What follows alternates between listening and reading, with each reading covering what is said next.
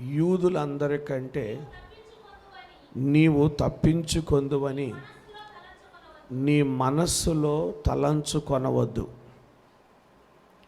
ప్రభునందు ప్రేర మనం ఎస్తేరు గ్రంథాన్ని ధ్యానిస్తున్నాం. ఎస్తేరు గ్రంథములో ముఖ్యమైన పాత్రధారుడైనటువంటి మొర్దెకైని గురించి మనం ధ్యానిస్తున్నాం. మొర్దెకైని గురించి చాలా శ్రేష్టమైన సంగతులు ప్రభు మనతో మాట్లాడుతూ వచ్చారు.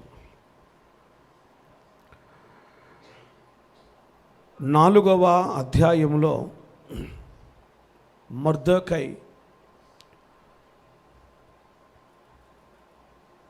జరిగినదంతా కూడా అతనికి తెలియగానే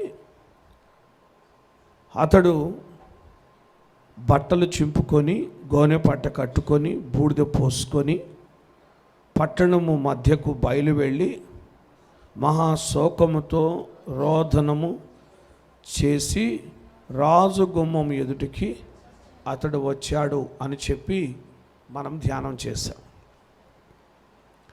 ప్రభునందు పేర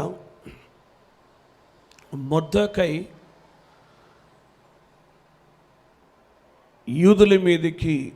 యూదులందరి మీదకి వచ్చుచున్న కీడును బట్టి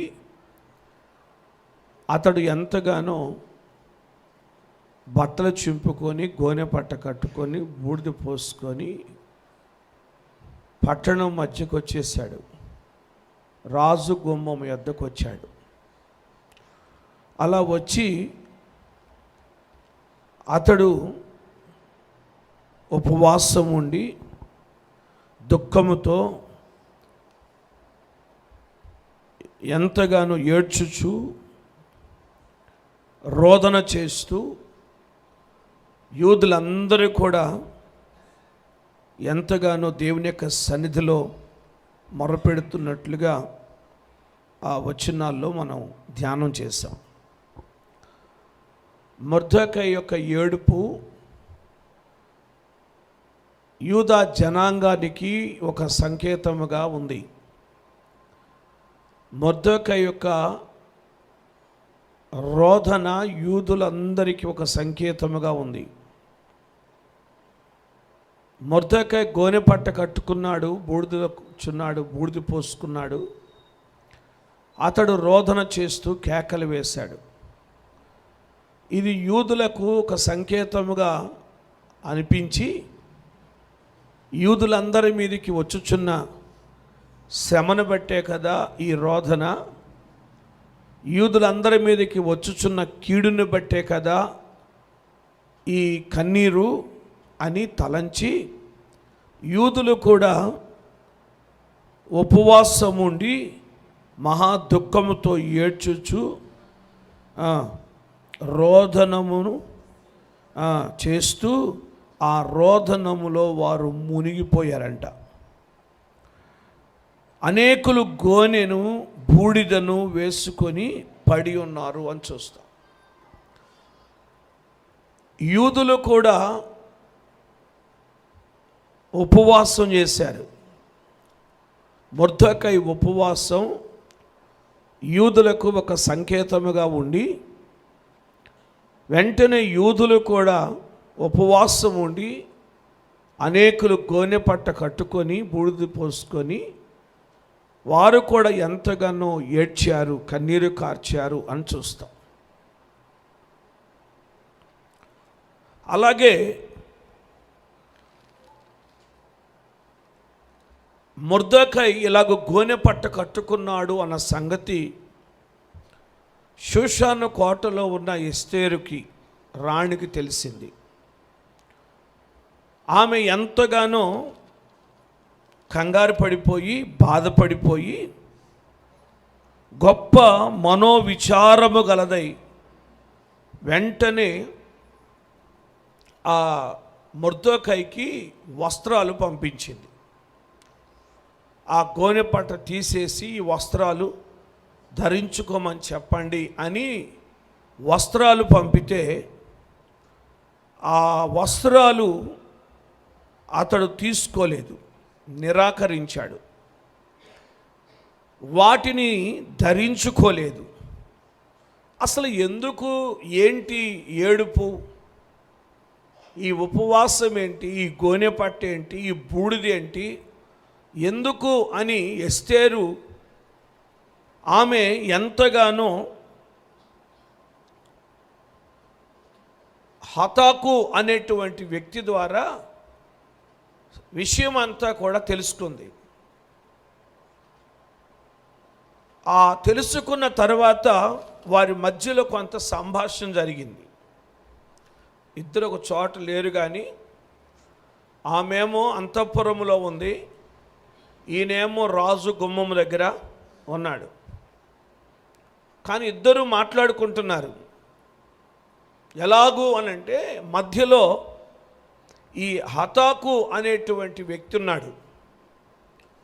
ఇతడు ఎస్తేరు చెప్పింది మొర్దెకైకి, మొర్దెకై చెప్పింది ఎస్తేరుకి తెలియచేస్తూ వారి మధ్యలో ఒక వార్తాహరుడిగా, ఒక రాయబారిగా వారిద్దరి మధ్యలో ఉన్నటువంటి వ్యక్తిగా మనకు కనబడతాడు.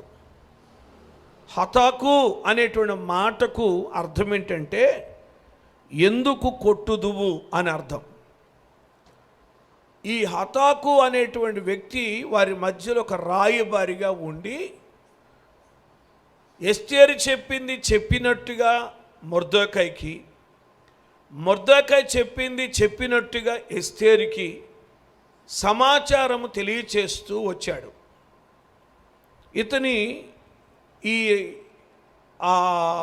అనుభవాన్ని బట్టి మనం పరిశీలన చేస్తే ఇతడు ఒక నమ్మకమైన రాయబారిగా వారి మధ్యలో ఉన్నాడు అని చెప్పి మనం గ్రహించాలి. ఎందుకంటే జరిగిన కార్యాన్ని బట్టి మనకు అర్థమవుతుంది ఆయన ఎంత చక్కగా సమాచారాన్ని అందించాడు అనే విషయం మనకు అర్థమవుతుంది. ఇలాగూ వారిద్దరూ సంభాషించుకున్న తర్వాత జరిగిందంతా కూడా మొర్దెకై తెలియచేశాడు.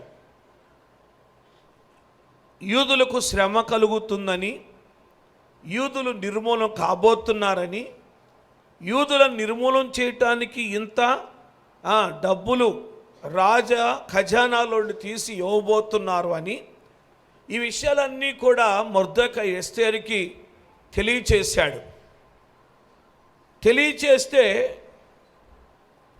అక్కడ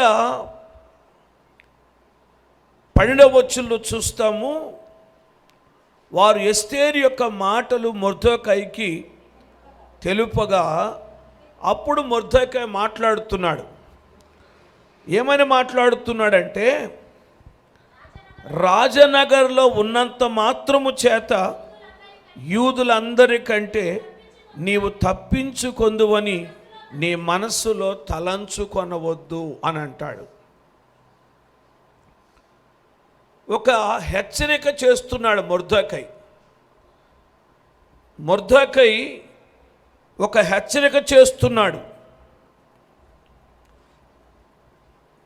హెచ్చరిక చేస్తూ నువ్వు రాజనగర్లో ఉన్నంత మాత్రాన నీవు యూదుల కంటే నీవేమాత్రం కూడా తప్పించుకోలేవు.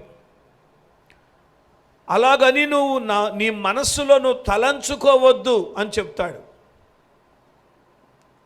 ఎస్తేరు నేను రాజనగర్లో ఉన్నాను కదా, నేను తప్పించుకుంటాలే, వాళ్ళు నశించిపోతారులే అని అనుకుంటున్నావేమో అంటే ఒక హెచ్చరిక అంతే, ఇంకా ఆమె అనుకోలా. మొర్దెకై హెచ్చరిక చేస్తున్నాడు, ఒకవేళ అలాగ అనుకుంటావేమో, నేను తప్పించుకుంటాను, నేను బాగానే ఉంటాను కదా, యూదులే కదా నశించిపోయేది, వాళ్ళందరూ నశించిపోతే నాకేంటి, నేను బాగుంటాను కదా అని నువ్వు అనుకుంటావేమో, నువ్వు మనసులో అనుకుంటావేమో అని హెచ్చరిక చేస్తున్నాడు. ఇలాగూ కొందరి యొక్క ఆలోచన ఇలా ఉంటుంది, పోతే వాళ్ళే పోతారులే, పోతే వాళ్ళ కుటుంబం పోతుందిలే, పోతే వాళ్ళు నశించిపోతారులే అని మేము బాగుంటాం కదా అని తలస్తూ ఉంటారు. ఇలాంటి ఆలోచన ఉంటుంది చాలామందికి. హిజ్కియా కూడా చేసిన ఆలోచన అదే. హిజ్కియాతో దేవుడు మాట్లాడాడు, శత్రువు నీ దేశాన్ని ముట్టడి వేయబోతున్నాడు, నీ జనాంగం అంతటిని చెరలోకి తీసుకొని వెళ్ళిపోబోతున్నాడు అని హిజ్కియాతో చెప్తే హిజ్కియా అంటాడు, ఎప్పుడు జరుగుతుంది అని అంటాడు. ఇదంతా ఎప్పుడు జరుగుతుంది అని అడుగుతాడు. పలానా టైంలో జరుగుతుంది అని ప్రవక్త తెలియచేస్తే నేను బాగుంటానుగా, నా దినాల్లో ఏమి కీడు రాదుగా, నా దినాల్లో ఏ శ్రమ రాదుగా, నేను బాగుంటాను కదా, నా తర్వాత వస్తే వాళ్ళే చూసుకుంటారు, వాళ్ళు ఏమైపోతారు నాకెందుకు అని మాట్లాడినవాడు హిజ్కియా. మరణము నుండి తప్పించి బ్రతకమని దేవుడు సెలవిచ్చి 15 సంవత్సరాలు ఆయుష్నిచ్చి మరలా ఆ రాజ్యాన్ని ఏలుబడి చేయటానికి లేక కొనసాగించటానికి, రాచరికాన్ని కొనసాగించటానికి దేవుడు జీవితాన్ని ఇస్తే నా దినాల్లో బాగుంటానుగా, తర్వాత వాళ్ళు ఏమైపోతే నాకేంట్లో అనుకున్నాడు హిజ్కియా. అందుకే ఇక్కడే హెచ్చరిక చేస్తున్నాడు. నువ్వు అనుకుంటున్నావేమో నేను తప్పించుకుంటాను, నేను రాజనగర్లో ఉన్నాను కదా నేను తప్పించుకుంటాను, నువ్వు అనుకుంటావేమో అని మొర్దెకై ఇక్కడ ఎస్తేర్ని హెచ్చరిక చేస్తున్నట్లుగా మనం చూస్తున్నాం. నీ మనస్సులో అలాంటి తలంపు రావద్దు, నీ మనస్సులో నీవు అలా తలంచవద్దు. అలాంటి తలంపు ఎవరికి ఉండకూడదు. ఏమండి, అలాంటి తలంపు ఎవరికి ఉండకూడదు. నేను బాగుంటే చాలు అనే తలంపు వద్దు, నా కుటుంబం బాగుంటే చాలు అనే తలంపు వద్దు. మన దేశము బాగుండాలి, మన ప్రజలు బాగుండాలి, మనకు కలిగిన వారు అందరూ బాగుండాలి, క్షేమముగా ఉండాలి, ఏమాత్రము కూడా వారి మీదకి కీడు రాకూడదు. నేను బాగుంటే చాలు అనే తలంపు ఏమాత్రం మనకు ఉండకూడదు. అదే హెచ్చరిక చేస్తున్నాడు. ఆనాడు మొర్దెకై ఎస్తేర్ని హెచ్చరిక చేశాడు, ఈరోజు పరిశుద్ధాత్మ దేవుడు మనల్ని హెచ్చరిక చేస్తున్నాడు. ఇలాంటి తలంపు మనకు ఉండకూడదు. కనుక మనస్సులో ఇలాంటి తలంపు రానివ్వద్దు అని చెప్తున్నాడు.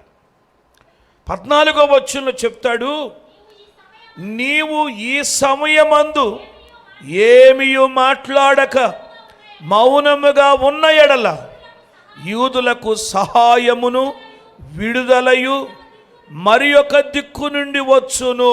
స్తోత్రం. మొర్దెకై అంటాడు, ఒకటి నీ మనస్సులో తలంచొద్దు. ఏమని నేను రాజనగర్లో ఉన్నాను, యూదులందరికంటే నేను తప్పించుకుంటాను అని మాత్రం తలంచొద్దు. నేను మాత్రం తప్పించుకుంటా అని తలంచొద్దు. రెండవది, ఈ సమయమందు మాట్లాడక మౌనంగా ఉండొద్దు అని అంటాడు. నువ్వు ఎలా ఉండొద్దు? మౌనంగా ఉండొద్దు.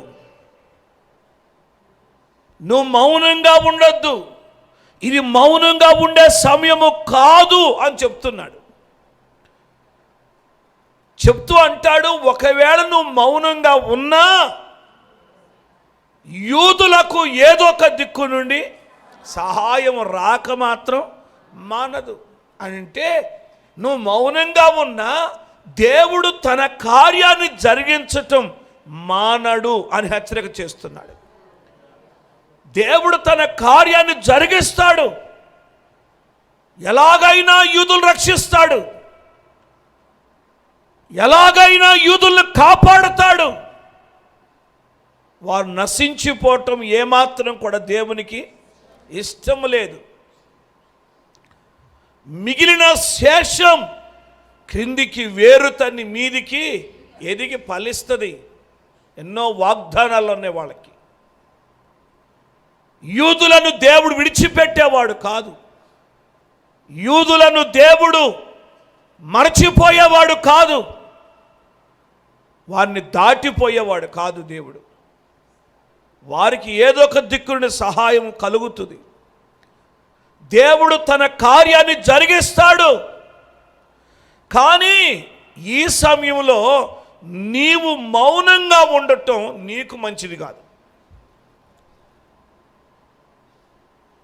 నువ్వు మౌనంగా ఉండటం నీకు మంచిది కాదు అని మరలా హెచ్చరిక చేస్తున్నాడు.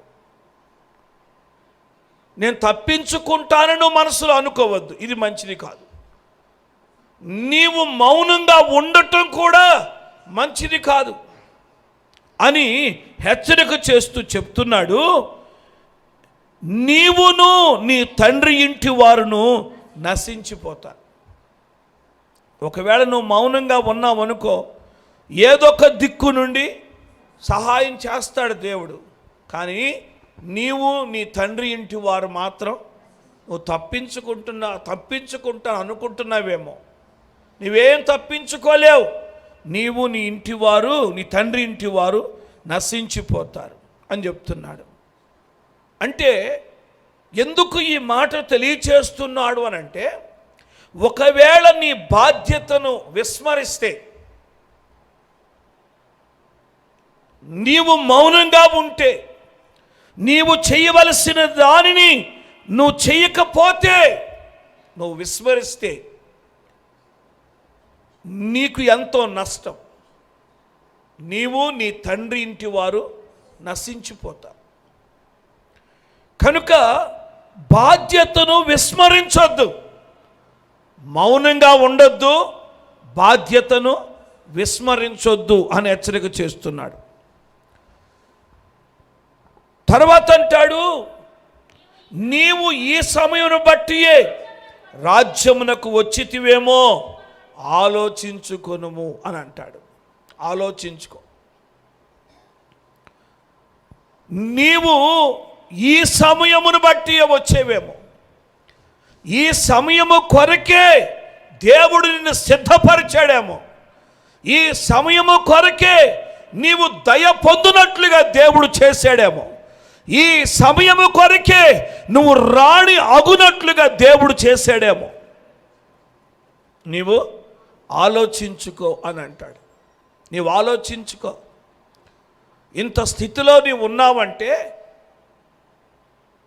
కిరీటము ధరించావంటే, సింహాసనం మీద కూర్చున్నావంటే, ఇంత గొప్ప ఆధిక్యత నీవు పొందావంటే, ఈ సమయము కొరకే దేవుడు నిన్ను ఎన్నుకున్నాడేమో, దేవుడిని ఏర్పరచుకున్నాడేమో. విస్మరించవద్దు అని అంటాడు. విస్మరించొద్దు, నీ బాధ్యతను విస్మరించొద్దు. నువ్వు మౌనంగా ఉండొద్దు. నువ్వు మౌనంగా ఉండటం మంచిది కాదు. విస్మరించటం మంచిది కాదు. నేను తప్పించుకుంటాను అని అనుకోవటం మంచిది కాదు. కనుక ఈ సమయము కొరకే నీవు రాజ్యమునకు వచ్చేవేమో అని చెప్పి ఎంతగానో తెలియచేస్తున్నాడు. స్తోత్రం చెప్పండి. హల్లెలూయా. ఈ మాటలు అన్నిటిలో హెచ్చరికలు చూస్తున్నాం. మొర్దెకై గోనె పట్ట కట్టుకొని రాజు గుమ్మం దగ్గర ఉన్నాడు. ఎస్తేరేమో అంతఃపురములో ఉంది. ఇక్కడుండి అక్కడున్నటువంటి వ్యక్తికి హెచ్చరిక చేస్తున్నాడు. ఆ వ్యక్తిని సిద్ధపరుస్తున్నాడు. ఈ సమయము కొరకే నీవు వచ్చేవేమో ఆలోచన చేసుకో అని చెప్తున్నాడు. ఆ మొర్దెకై మాటలు ఆమె వినగానే, ఆ మొర్దెకై మాటలు వినగానే ఆమె వెంటనే చెప్తుంది 15వ వచనంలో, ఎస్తేరు మరలా సమాచారం పంపుతుంది. నీవు పోయి షూషానందు కనబడిన యూదులందరినీ సమాజ మందిరమునకు సమకూర్చు అనంట. స్తోత్రం చెప్పు. అక్కడ షూషాను కోటలో యూదులకు సమాజ మందిరం ఉంది. అది కూడా గ్రహించాలి. యూదులకు ఏముంది? సమాజ మందిరం ఉంది. సమాజ మందిరం అంటే యూదులు కూడుకొని దేవుని ఆరాధించే స్థలం, దేవుని వాక్యాన్ని ధ్యానించే స్థలం. అది సమాజ మందిరం అంటే. అక్కడ యూదులకు సమాజ మందిరం ఉంది. ఆ సమాజ మందిరం ఉందని, ఆ సమాజ మందిరములో ప్రార్థన చేస్తారని, ఆ సమాజ మందిరం యొక్క అనుభవం ఎస్తేరుకి జ్ఞాపకం ఉంది. ఇంకా అందుకే చెప్తుంది, నీవు పోయి షూషానునందు కనబడిన యూదులందరినీ సమాజ మందిరమునకు సమకూర్చు. యూదులు సమకూర్చు. ఈయనేమో ఆమెను హెచ్చరిక చేశాడా, ఆమెమో ఈయనకు ఒక బాధ్యత అప్పగిస్తూ ఉంది. నీ హెచ్చరిక బాగుంది అంటే ఈ మాటలు ఆమె అంగీకరించినట్టే. ఇందుకొరకే, ఈ సమయము కొరకే, ఈ స్థితికి లేక ఈ స్థాయికి నేను వచ్చానని గ్రహించింది. ఇందుకొరకే దేవుడు నన్ను ఎన్నుకున్నాడు, ఏర్పరచుకున్నాడని గ్రహించింది. అలా గ్రహించిన ఆమె వెంటనే మొర్దెకైతో చెప్తా ఉంది, నీవు షూషాన్లో ఉన్న యూదులందరినీ సమకూర్చు, సమాజ మందిరంలోనికి సమకూర్చు. అక్కడుండి సమాజ మందిరములో ఉండి, ఆ దేవుని మందిరములో ఉండి, అక్కడ మీరు నా నిమిత్తం ఉపవాసం ఉండి 3 దినములు అన్నపానములు చేయకుండుడి. నేనును నా పనికత్తులు కూడా ఉపవాసము ఉందుము అని అంట. దేవుని స్తోత్రం చెప్పాడు. హల్లెలూయా. అది సమాజ మందిరములో వారందరూ సమకూర్చు, మీరు అక్కడ ఉపవాసం ఉండండి 3 దినాలు.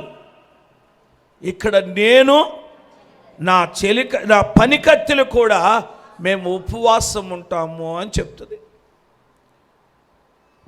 అంటే మొర్దెకై చెప్పిన మాటకు ఆమె లోబడింది,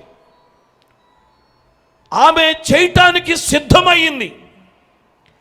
ఇప్పుడు మౌనంగా ఉండకుండా మాట్లాడటానికి ఆమె సిద్ధమైంది. ఇప్పుడు మొర్దెకై చెప్పిన బాధ్యతను నిర్వర్తించటానికి ఆమె సిద్ధపడిపోయింది. అయితే నేను మాట్లాడాలి అనంటే, నేను మౌనంగా ఉండకుండా ఉండాలి అనంటే, నేను రాజు ఎదుటికి వెళ్ళి నేను సంగతి చెప్పాలి అనంటే ప్రార్థన చేయాలి. ప్రార్థన లేకుండా నేను వెళ్ళను.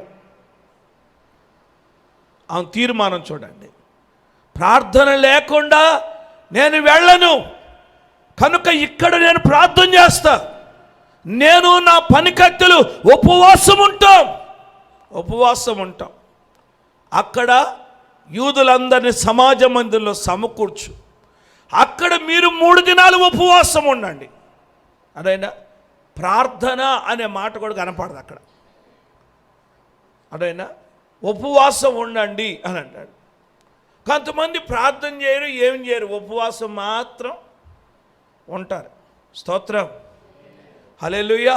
కానీ వాక్యం చెప్తుంది, మీరు ఉపవాసం ఉన్నప్పుడు మీరేం చేయాలి అని ఉంది వాక్యంలో. స్తోత్రం చెప్పండి. అక్కడ ఉపవాసం అనే ఉంది, ప్రార్థన అని లేదు. కనుక ఎస్తేరులాగా ఉపవాసం అని ఉపవాసం మాత్రం ఉండి ప్రార్థన చేయకుండా ఉంటే, స్తోత్రం, హల్లెలూయా అండి. చాలామంది ఆలోచన ఇదే, చాలామంది వాదన ఇదే. అక్కడ ఉపవాసము అని మాత్రమే ఉంది, ఉపవాస ప్రార్థన అని లేదు. కనుక ప్రార్థన చేయాల్సిన అవసరం లేదు, ఉపవాసం మాత్రం ఉంటే ఉండొచ్చు కానీ ప్రార్థన మాత్రం అవసరం లేదు అన్నట్టుగా కొందరు మాట్లాడుతున్నారు అండి. ఉపవాసం ఉండి వ్యాపారాలకు వెళ్ళిపోతారు, వ్యాపారం చేసుకుంటున్నారు, ప్రార్థన లేదు ఇంకా. అదేనా ఉపవాసం ఉండి ఉద్యోగానికి వెళ్ళిపోవచ్చు, ప్రార్థన లేదుగా. ఇలాగ చాలామంది అనుకుంటారు. అందుకొరకే ప్రభు అంటాడు, మీరు చేసిన ఉపవాసం నాకు ఇష్టమైందా? మీరు ఎలాంటి ఉపవాసం చేశారు? యెషయా గ్రంథం 58వ అధ్యాయం అంతా కూడా చదివితే అక్కడ ఉపవాసాన్ని గురించి చాలా చక్కని విషయాలు ప్రభు మాట్లాడుతూ వచ్చాడు. కనుక ఉపవాసం ఉన్నప్పుడు ఖచ్చితంగా ఏం చేయాలి? ప్రార్థన చేయాలి. ఉపవాసం ఉన్నప్పుడు ప్రార్థన చేయాలి. ఉపవాసం ఉన్నప్పుడు మీ తల అంటుకోవాలి. ఉపవాసం ఉన్నప్పుడు మీ ముఖము కడుక్కోవాలి. స్తోత్రం. అది దేవునికి ఎంతో ఇష్టమైన ఉపవాసం. కనుక ఉపవాసం ఉండాలి. ఇక్కడ ఎస్టేర్ చెప్తుంది, అక్కడ మీరు ఉపవాసం ఉండండి, ఇక్కడ నేను ఉపవాసం ఉంటా. ప్రార్థన లేకుండా నేను వెళ్ళను, ఉపవాసం లేకుండా నేను వెళ్ళను. ఇప్పటికే నేను వెళ్ళి 1 నెల రోజులైందంటది ఆమె. స్తోత్రం చెప్పండి గట్టిగా, 2 చేతులు ఎత్తి స్తోత్రం చెప్పండి. 11వ వచనంలో చివరిలో ఉంటుంది మాట, చివరిలో, నేటికి 30 దినముల నుండి రాజునద్దకు ప్రవేశించుటకు నేను పిలువబడలేదు అని అంటే 30 రోజుల నుంచి ఏ భర్త అయినా భార్యను పిలవకుండా ఉంటాడండి? అసలు ఏం భర్త అండి అసలు ఈయన?